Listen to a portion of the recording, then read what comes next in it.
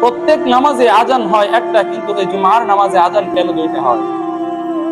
এই উত্তর হচ্ছে, নবী করিম সাল্লাল্লাহু আলাইহি ওয়াসাল্লাম যতদিন দুনিয়াতে ছিল ততদিন পর্যন্ত এই জুমার আজান ছিল একটা। কয়টা?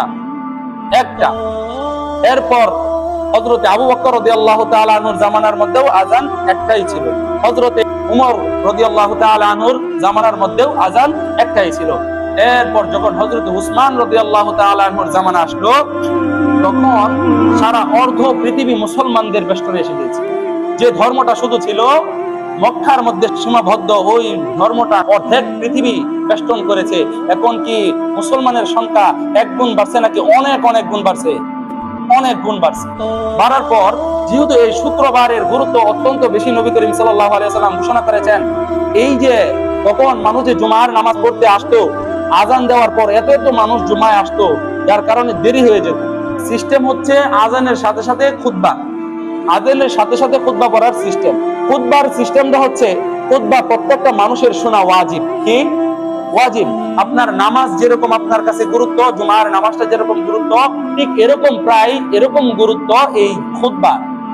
তখন হযরত উসমান রাদিয়াল্লাহু তাআলা আনহু দেখলো যে আজানের সাথে সাথে মানুষ মসজিদে আসতে পারে না, একটু হালকা দেরি হয়।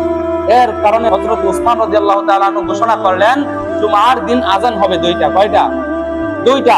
একটা আজান হচ্ছে সতর্কতা স্বরূপ, এই আজান শুনে সবাই মসজিদে চলে আসবে। আরেকটা আজান হবে খুতবার আগে, যে আজান দেওয়ার সাথে সাথে খুতবা শুরু করবে। এই দুইটা সিস্টেম করেছে কারণ যেন কেউ খুতবা থেকে বঞ্চিত না হয়। এখন আপনারা প্রশ্ন করতে পারেন, হুজুর হযরত উসমান একজন সাহাবী, তিনার কথা কেন নিয়ম হয়ে গেল?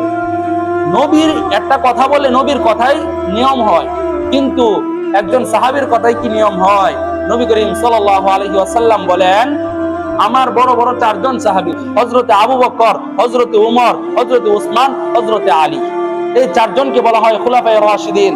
তাদের কথা নবী বলেছে, আমার কথা তোমাদের কাছে প্রত্যেকটা কথা যেরকম ভাবে গুরুত্ব, আমার এই সাহাবীদের কথাও তোমাদের কাছে প্রত্যেকটা কথা এরকম ভাবে গুরুত্ব।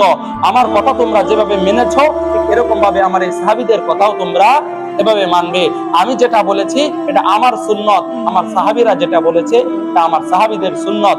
অর্থাৎ আমার ওই সাহাবীদের সুন্নতকে তোমরা দাঁত দিয়ে একটা জিনিস যদি ধরে রাখেন, কামড়ায় ধরে রাখেন না? নবী করিম সাল্লাল্লাহু আলাইহি ওয়াসাল্লাম বলেন, তোমরা আমার ওই সাহাবীদের সুন্নতকে তোমরা দাঁত দিয়ে কামড় দিয়ে যেমনি ভাবে আঁকড়ে ধরতে হয় এভাবে ধরে রাখেন। কথা কি বুঝছেন? তা আজান দুইটা কিসের জন্য দেওয়া হয় এটা কি আপনারা আজকে বুঝতে পারছেন? প্রথম আজানটা দেওয়া হয় সতর্কতা স্বরূপ, দ্বিতীয় আজানটা দেওয়া হয় খুতবার আগে। বুঝছেন?